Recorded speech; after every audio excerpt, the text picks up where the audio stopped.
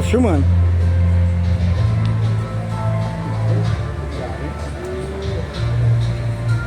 Feliz sábado para todos.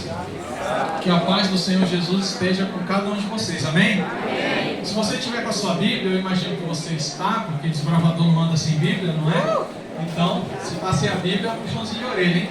Abra ela comigo no livro de Gálatas, capítulo de número 5, o versículo de número 16. Gálatas, capítulo 5, versículo de número 16. Se você achou, diga amém. Se não achou, misericórdia. Gálatas 5,16 está escrito assim, preste atenção na leitura do texto. Digo, porém, o seguinte: vivam no Espírito, e vocês jamais satisfarão os desejos da carne, porque a carne luta contra o Espírito, e o Espírito luta contra a carne, porque são opostos entre si, para que vocês não façam o que querem.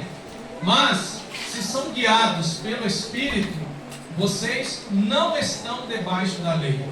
Ora, as obras da carne são conhecidas, e são imoralidade sexual, impureza, libertinagem, ira, discórdias, divisões, facções, invejas, bebedices, orgias e coisas semelhantes a estas. Declaro a vocês, como antes já os preveni, que os que praticam tais coisas não herdarão o reino de Deus. Mas o fruto do Espírito é amor, alegria, paz, longanimidade, benignidade, bondade, fidelidade, mansidão, domínio próprio. Contra estas coisas não há lei. E os que são de Cristo Jesus crucificaram a carne com as suas paixões e os seus desejos. Se vivemos no Espírito, andemos também no Espírito. Não nos deixemos possuir de vanglória, provocando uns aos outros, tendo inveja uns dos outros. Só até aqui, olhe para mim. O texto bíblico que nós acabamos de ler, ele é uma mensagem muito forte, muito direta e muito séria do apóstolo Paulo à igreja dos Gálatas. Uma mensagem para pessoas que se diziam estar se preparando para ir para o céu. Uma mensagem para pessoas que haviam renunciado ao mundo, renunciado ao pecado e que agora se colocaram ao lado de Deus para servir nas fileiras do Senhor até que Ele venha. Há muitas semelhanças entre os Gálatas e nós aqui nesta manhã. Nós também somos um exército que escolheu servir ao Senhor. O Clube de Desbravadores, ele é sem dúvida um dos ministérios da igreja mais importantes, porque este ministério, ele transcende gerações e ele transforma vidas há muitas e muitas décadas. Eu posso falar por experiência própria. Primeira vez que eu pisei o meu pé dentro de uma igreja adventista do sétimo dia, eu tinha 6 anos de idade. Minha mãe encontrou um folheto no chão do cemitério no dia de finados que falava sobre o sábado. Folheto esse que provavelmente vai entrar em desbravadores no projeto Bálsamo que acontece em finados. Ela olhou aquele folheto falando do sábado e ela se lembrou que 20 anos antes, quando criança, ela esteve numa igreja que guardava o sábado. E ela decidiu procurar esta igreja naquela época, sem GPS, sem Google, sem nada. E com muito custo encontramos a igreja adventista do sétimo dia. Entramos lá num sábado na hora do culto e era a programação do encerramento do Clube de Desbravadores naquele ano. E eu, com 6 anos, meu outro irmão com 3, o outro com 1 e minha mãe, ficamos impressionados de ver todo aquele pessoal com uniforme bonito, os ideais, toda aquela organização. E eu me lembro que a gente não parou mais de ir à igreja. Naquela época não existia clube de aventureiros, então com 7 anos você já podia ser um desbravador. Olha que privilégio que eu tive. E o Clube dos Desbravadores fez parte da minha história. O meu primeiro sermão que eu preguei na vida foi usando um uniforme desse. Meu batismo foi uniformizado. O primeiro coleguinha que eu dei estudo bíblico era um desbravador. E tive a alegria de levar ao batismo já com 8 anos de idade. Na fase já adulta, com 18 anos, quando eu retornei ao chamado de pregar, novamente o primeiro sermão foi com o uniforme dos desbravadores. o acampamento, o Campori, que fez com que eu aceitasse o chamado para ir embora da minha cidade, ser missionário, foi um Campori de desbravadores. Então eu tenho muita gratidão a tudo que o clube fez pela minha história de vida. E não apenas por mim, mas por milhares e milhares e milhões de jovens e adolescentes por todo o planeta Terra. Ontem eu terminei de ler o livro Até o Último Homem, de Desmond Doss, aquele que salvou 75 pessoas na guerra, e ele mencionando que ele também era desbravador. Olha só que coisa interessante, que coisa linda. E ele mencionando que um dos meios que ele usou para salvar os soldados na guerra eram os nós que ele aprendeu a fazer, e aquilo salvou muitas vidas. Então o clube realmente nos ensina nós e amarras, nos ensina a montar acampamento, a acender fogueira, a sobreviver num lugar extremo.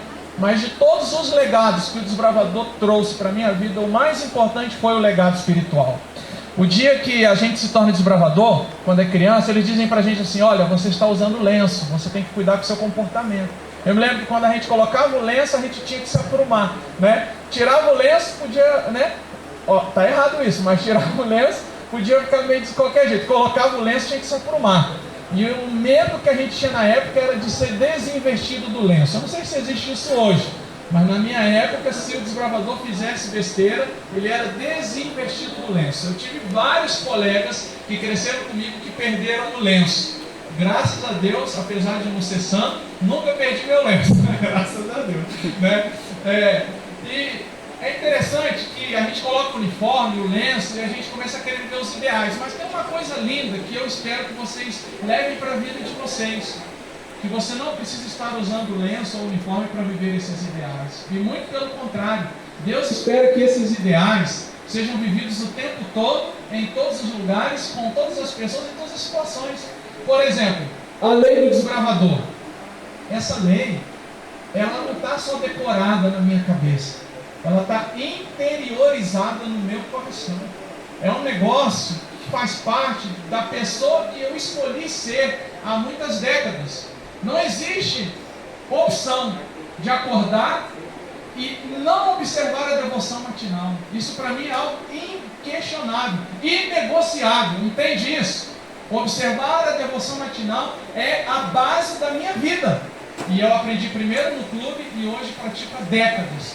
E aí eu poderia falar sobre cada elemento da lei, mas eu não vou fazer isso. Mas entenda, é muito bonito pôr o uniforme, mas mais bonito ainda é viver os ideais que o clube de desbravadores carrega. E aí me permita com muito carinho dizer para vocês uma preocupação sincera que eu tenho com o clube de desbravadores, não apenas aqui, mas em todo o planeta Terra. Há um perigo muito grande em ser desbravador. E qual é esse perigo? Ele se tornar a sua religião e substituir o seu relacionamento íntimo e pessoal com a pessoa maravilhosa de Cristo Jesus. Há pessoas que se escondem atrás de um uniforme. Há pessoas que se escondem atrás de um clube, atrás de um lenço. E a igreja deles é essa, e não a igreja adventista do sétimo dia. Cuidado com isso, porque há muitos líderes desbravadores que conhecem tudo sobre nós amarras, conhecem tudo sobre acampamento, sobre montar portal, conhecem tudo sobre manual, mas não leem a Bíblia todos os dias, não oram todos os dias, não estudam a lição da escola sabatina todos os dias, não frequentam a igreja na quarta, no sábado e no domingo, não devolvem o dízimo e oferta e não participam de nenhuma atividade da igreja a não ser as atividades do clube. Esse tipo de pessoa não honra os ideais do clube de desbravadores. É uma pessoa separatista dentro da igreja. É uma pessoa que entendeu que o desbravador é mais importante do que a igreja. E esse é um perigo muito grande, de você estar tão envolvido com o clube, de você acabar não se envolvendo com a igreja. Por exemplo, nós tivemos os 10 dias de oração. Você participou dos 10 dias de oração? Você leu a revista dos 10 dias todos os dias? Você esteve presente lá na igreja, todos os momentos? Ou você só se sacrifica quando tem Campori? Aí fica sem dormir, sai para vender coisa, para arrecadar dinheiro. Daqui 2 semanas começa a Semana Santa. Você vai abrir a sua casa para receber pessoas? Você vai na casa de alguém? Vai levar seus amigos? Ou a Semana Santa é coisa da igreja e não tem nada a ver com os desbravadores? Entende? O serviço de Deus é o maior inimigo da comunhão com Deus. E isso não vale sobre quem é desbravador, não. Nós, pastores, corremos um risco maior do que vocês, de nos tornarmos profissionais da Bíblia. E eu me lembro muitas vezes o pastor Colhão dizendo: cuidado para que o trabalho de pastor não substitua na vida de vocês a comunhão com Deus. Porque a gente corre o risco de pegar a Bíblia e estudar ela só para pregar. Corre o risco de estar dando tantas visitas, fazendo tantos estudos, que não tem tempo para fazer o culto familiar. Corre o risco de estar indo na igreja 4 sábado e domingo só para cumprir requisito, porque é pastor. Então esse é o perigo que nós pastores temos. E esse é o perigo que vocês, como líderes desbravadores, têm também, de colocar o trabalho do clube acima de Deus. Por isso, o texto que eu separei, que é Gálatas 5, 22 e 23, ele fala sobre o fruto do Espírito. E a palavra fruto aqui no grego é a palavra karpos.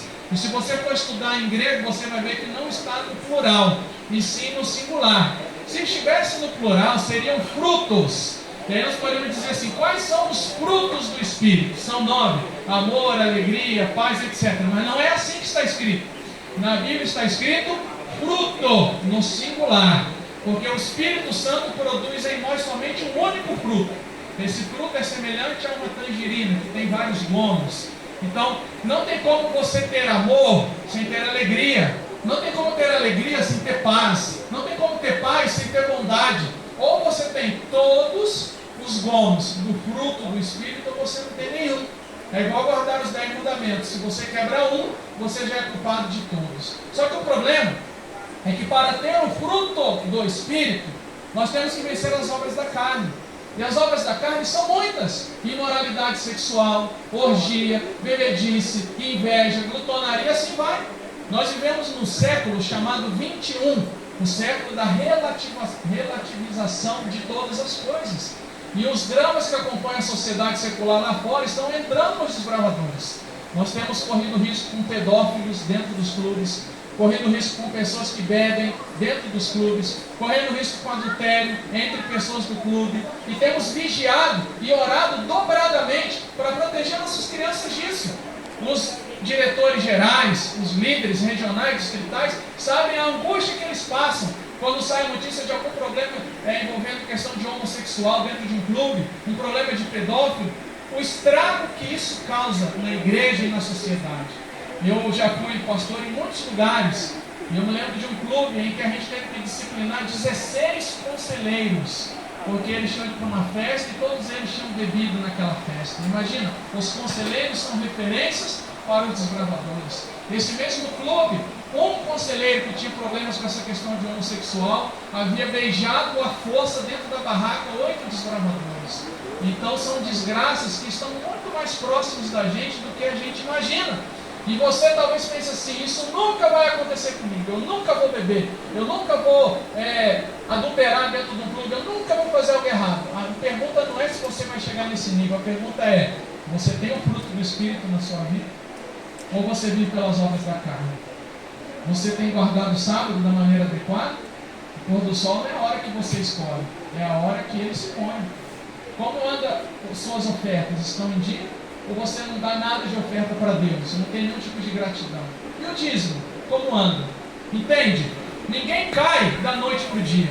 A fidelidade nas coisas pequenas nos prepara para a fidelidade nas grandes coisas. E a infidelidade nas coisas mínimas nos prepara para a infidelidade nas coisas grandes. Por isso, mais do que aprender toda a técnica do clube, nós precisamos, no século 21, que o Espírito Santo de Deus habite em nós. E buscá-lo deve ser a nossa primeira obrigação, todas as manhãs. Assim que o dia começa e a gente acorda, nós não podemos sair para o serviço sem antes ter se humilhado. E eu quero dar bastante ênfase nessa palavra, humilhar. O que é humilhar? Humilhar é reconhecer que você não é capaz, que você não pode, que você não é forte. Pelo contrário, se humilhar é reconhecer que você é fraco, pequeno, limitado e que te falta muita coisa. Aqueles que vão aos pés de Cristo todas as manhãs, temendo e tremendo pela sua própria salvação, esses encontrarão a vitória, esses encontrarão o poder, esses encontrarão a força do Espírito Santo para ser uma luz em um mundo de trevas. Entenda, nós não estamos lutando contra a carne e o sangue, nós estamos lutando contra seres espirituais malignos. A nossa luta é contra Satanás, e todos os demônios. E é impossível fazer a obra de Deus sem a presença do Espírito Santo na nossa vida.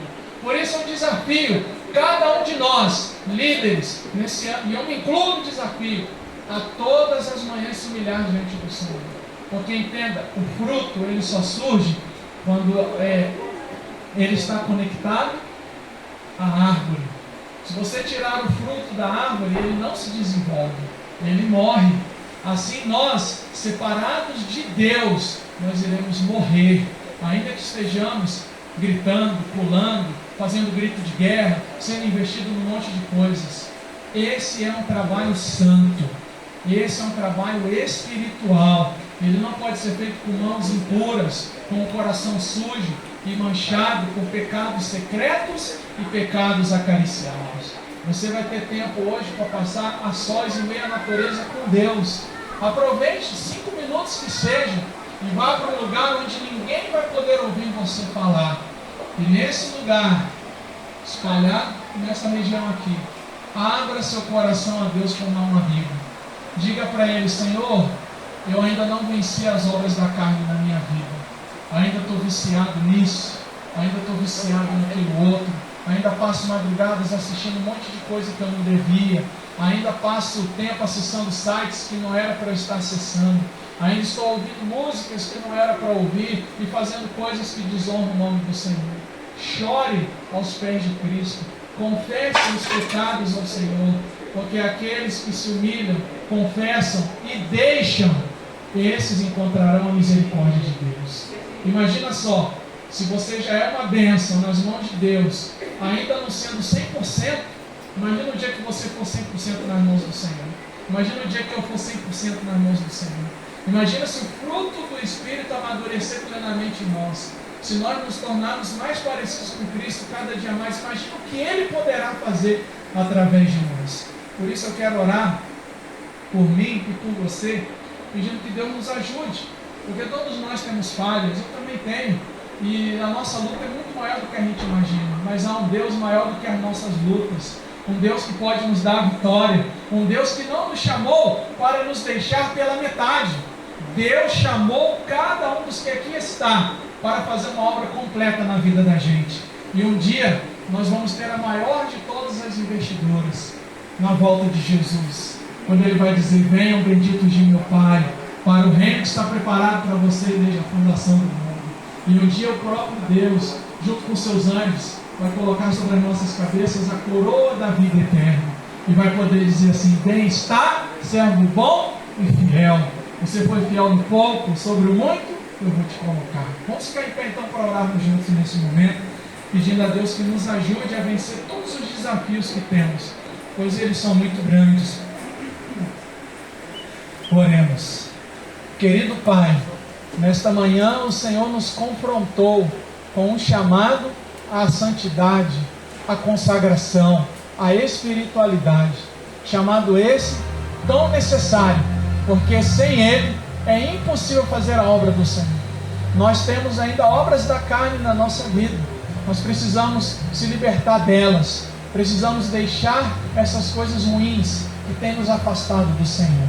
Por isso, nessa manhã, estamos aqui para pedir perdão pelos nossos pecados, para pedir ao Espírito Santo que nos convença do pecado, da justiça e do juízo, para pedir ao Espírito Santo que nos ajude a permanecer conectados na videira verdadeira que é Jesus, para que assim possamos dar fruto, o fruto do Espírito, um novo coração, um novo caráter, uma nova vida de humildade, de dependência, de submissão, para que ao fazer a obra do Senhor façamos da maneira que te agrada.